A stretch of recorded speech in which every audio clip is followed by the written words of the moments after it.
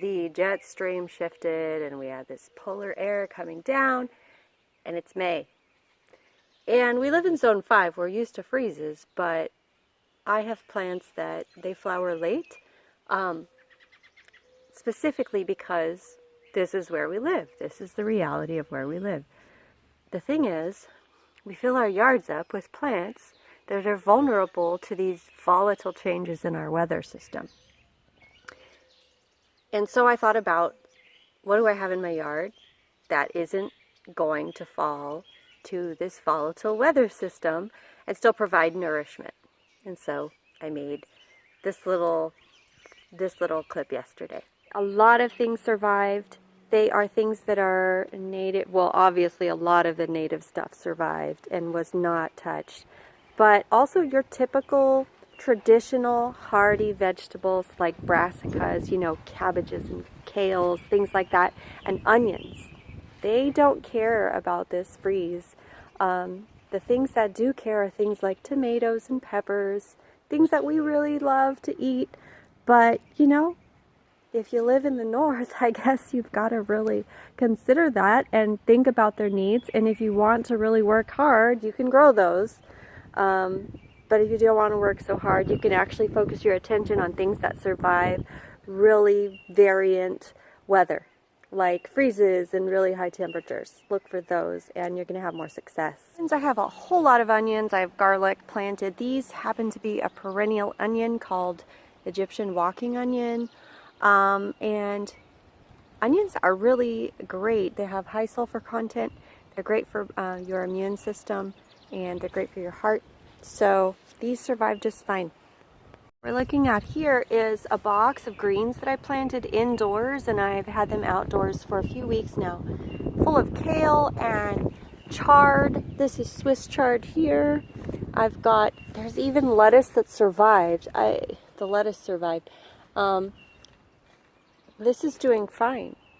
We have, there's even some arugula in here. Look at this kale though. Oh my God, it's beautiful. Anyhow, these are doing great. This is my lovely nettle patch. And we've been eating off of this patch for a few weeks, actually. It's been going into soups, and I've been drying some of it and harvesting some for tinctures. It's extremely high in so many vitamins and minerals. Great stuff for you to harvest. Is the lovely dandelion. And, people always hear, oh, you can eat dandelions, but did you know that they are extremely high in minerals and vitamins too? And also protein, just the nettles are high in protein. But you can use the entire plant. So the root is valuable, the leaves are valuable, and the flowers, you can eat those too. Here it is. Survived a hard freeze, no problems. There are some baby kohlrabi. The plant is French sorrel, and sorrel is a rumex. There are a lot of rumexes around here. Rhubarb is a rumex. It didn't get touched by the deep freeze. And curly dock, burdock, those are all rumexes. But this French sorrel is really reliable. It's a perennial vegetable. It comes up every year. Virginia bluebells, they look delicate, but no freeze damage of any kind. And they're edible. My little caged bed. This is bok choy. It was not covered. This is sprouting broccoli. I've got also some kale, some turnips. There are beets in here. And this right here is kohlrabi, purple kohlrabi, and cilantro.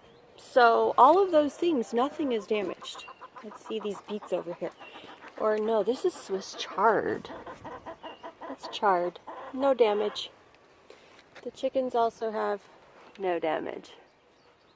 These, of course, are just a special treat, but ostrich ferns, fiddleheads, you harvest these little guys and eat them when they're small like this. But you're not supposed to eat too many of them because they do have some bad properties, but they're good for a treat. Native black raspberries that I've trellised, and no damage. Native cherry. This is a sand cherry. It does not appear to have any damage. Are the cabbages, and the cabbages are hardy, so there's no damage. Is a great lymph mover. Here are some little lamb's quarters, and neither one has been affected by the freeze. There are some native strawberries, but also my other strawberries have not been affected, and strawberry leaves are edible. Strawberry leaves and flowers are medicinal, and they're not affected by deep freeze. It's like the other sorrel is a sorrel. This one though is curly dock, and we don't typically grow it in our garden, but I do, and these leaves taste a little sour and you can eat them. But also yellow dock, curly yellow dock is highly medicinal. The root is wonderful to use. Here is my garlic bed, which totally needs to be weeded, but check it out. No effect from any deep freeze. They don't care. Carb, no problems. Bunny rabbit, you can eat that too. So there you have it. There are a few plants, there are so many more, that are not affected quite so drastically by these weather changes that we're in store for. You can put some in your garden, see how they do. They work pretty good in ours. You guys have a great week.